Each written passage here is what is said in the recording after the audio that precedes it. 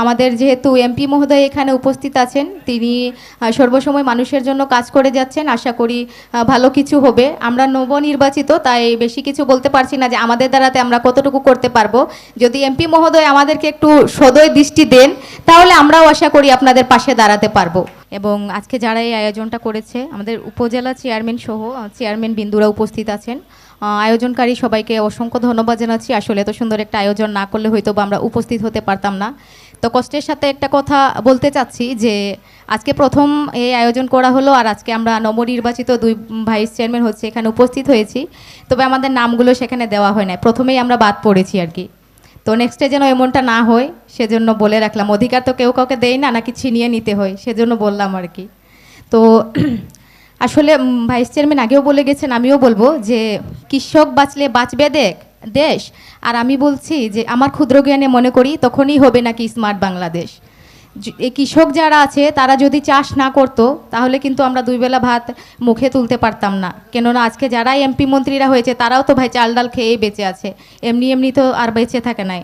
তো যারা সত্যিকারের কৃষক, তা আমরা যেন তাদের কাছে ওরকম সঠিকভাবে তাদের যে পাওনাটুকু আছে সেটা যেন আমরা যাচাই বাছাইয়ের মাধ্যমে দিতে পারি। অনুরোধ জানাবো তাদেরকে ওই সহযোগিতাটা করার জন্য, যারা সত্যিকারের কৃষক আর কি।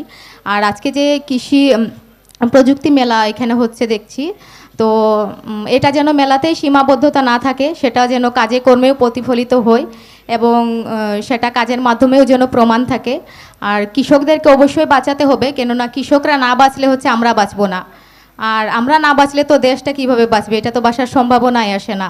তো কৃষকরাকে বাঁচাতে হলে আমাদেরকে সারগুলো ওরকমভাবে দিতে হবে, এবং যে পরিমাণে দেওয়া হচ্ছে তার থেকে আরেকটু বেশি দিলে হয়তো বা ভালো হয়। আর এখন জিনিসপত্রের যে দাম, যদি কৃষকরা না বাঁচে তাহলে আমরা না খেয়ে মরবো, এটা কিন্তু মাথায় রাখতে হবে সবাইকে। তো আমি আর বেশি কিছু বলতে চাচ্ছি না, ভবিষ্যতে যেন ভালো কিছু হয়।